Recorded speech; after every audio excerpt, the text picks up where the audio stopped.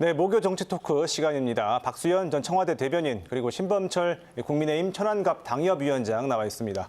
두 분 어서 오세요. 안녕하십니까? 예, 안녕하세요. 예, 본격적인 이야기 들어가기 전에요. 오늘 문재인 대통령이 워싱턴에 도착을 했는데 마침 신범철 위원장님께서 이 분야 전문가시니까 이번에 어떤 꾸러미를 우리가 좀 제대로 가져올 수 있을까요? 좀 짧게 한번 짚어볼까요? 예, 저 미국과도 어제 화상 통화도 하고 그랬었는데요. 네. 미 측에서도 이번에 정상회담은 잘 진행될 것이다.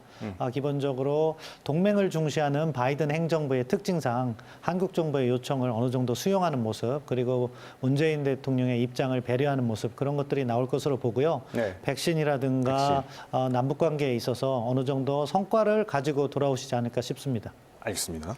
어떻게 보세요?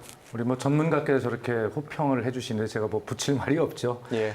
이미 정호영 외교 장관의 발언이나 그다음에 대통령의 발언을 정합해 보면 이미 한미 양국 관계에 있어서는 포괄적 전략 동맹이라고 하는 그 위치에 맞도록 한반도 문제, 동아시아 영내 문제, 그리고 글로벌 과제 이런 것들에 관해서 합의가 어느 정도 이루어졌다. 지금 최종 공동 선언문만 손을 보면 되는 단계로 될 것이고 지금 백신, 경제, 반도체, 자동차 배터리 등 이런 문제들에 대해서 가시적인 성과, 특히 남북 관계에 있어서도요. 예. 그렇게 아마 될 것으로 기대하셔도 좋겠다는 생각이 듭니다. 알겠습니다.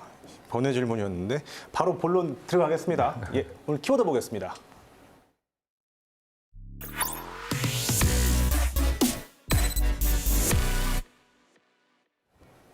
네, 키워드 경쟁률 10대 1, 국민의힘 당권 경쟁 이야기입니다.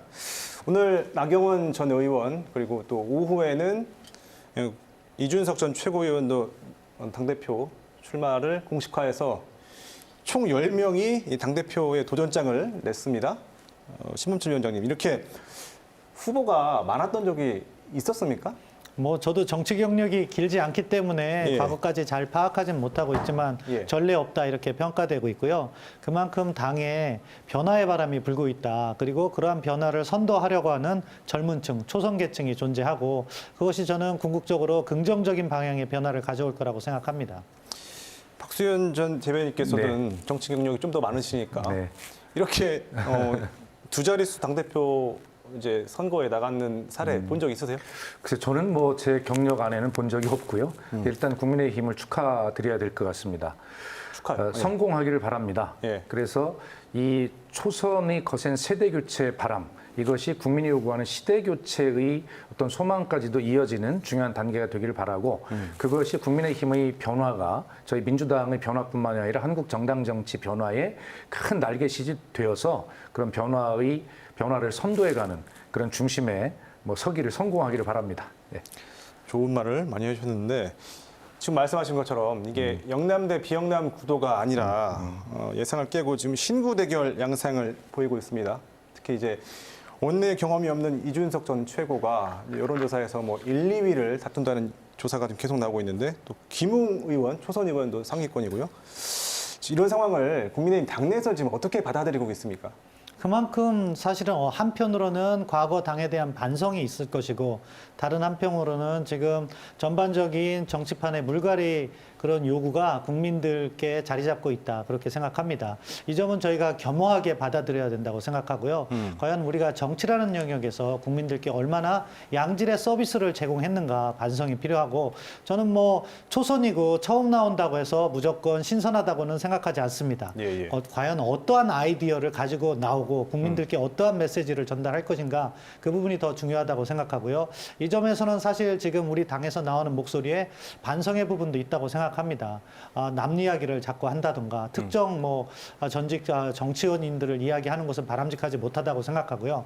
자신의 포부와 당을 어떻게 바꿀 것인지 그리고 그것을 통해서 국민들께 어떤 정치 서비스를 할 것인지 이런 이야기에 관심이 모아져야 된다고 생각합니다. 알겠습니다.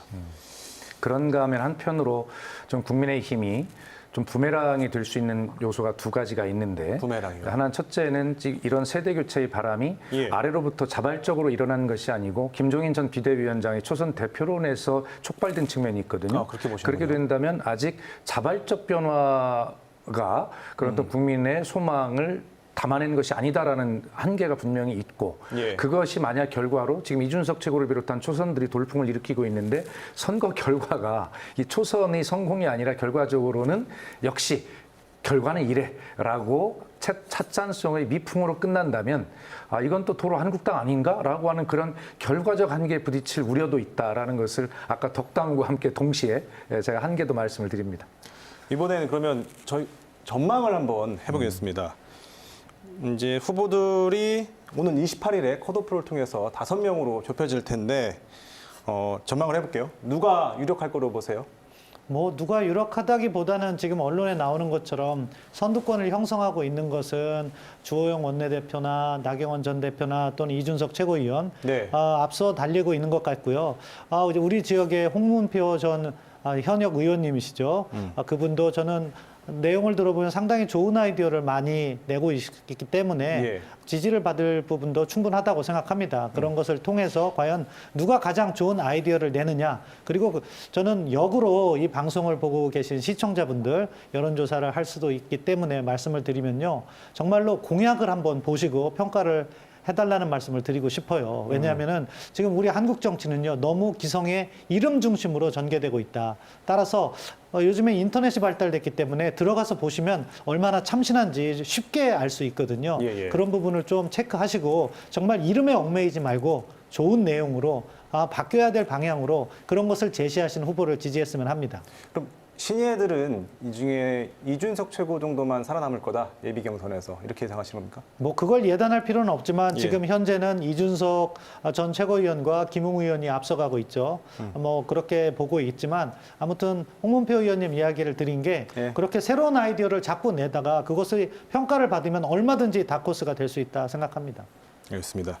박수현 전 대변인. 예, 지금 저는 아까 이제 예. 국민의힘 전당대회의 어떤 가능성과 그다음에 한계를 두 가지를 다 말씀을 드렸기 때문에 제 소망을 말씀드리면 소망. 예, 지난 그 원내대표 선거에서 민주당의 박완주 의원과 국민의힘의 김태형 의원께서 용기 있게 도전하셨지만 아쉽게 뜻을 이루지 못했습니다. 그렇죠. 그래서 충청권의 정치권 발언권이 약해진 것 아니냐라고 하는 그런 걱정들이 있었는데 이번에는 우리 홍문표 의원께서 도전을 하시니까 꼭 국민의힘의 제1야당의 대표가 되셔서 충청권의 목소리를 좀 단합시키고 이끌고 갈 수 있는 그런 계기가 됐으면 좋겠다라고 하는 소망을 제가 말씀드립니다. 소망을 말씀하셨고 그러면은 객관적으로 보실 때 5명은 누가 들을 것 같습니까? 예비 경선에서. 예비 경선에서 우리 홍문표 의원님은 꼭 들어간다고 제가 국민의힘 안에 고위 관계자들에게 구조상 그럴 거라고 예상을 하고 있는데요. 예.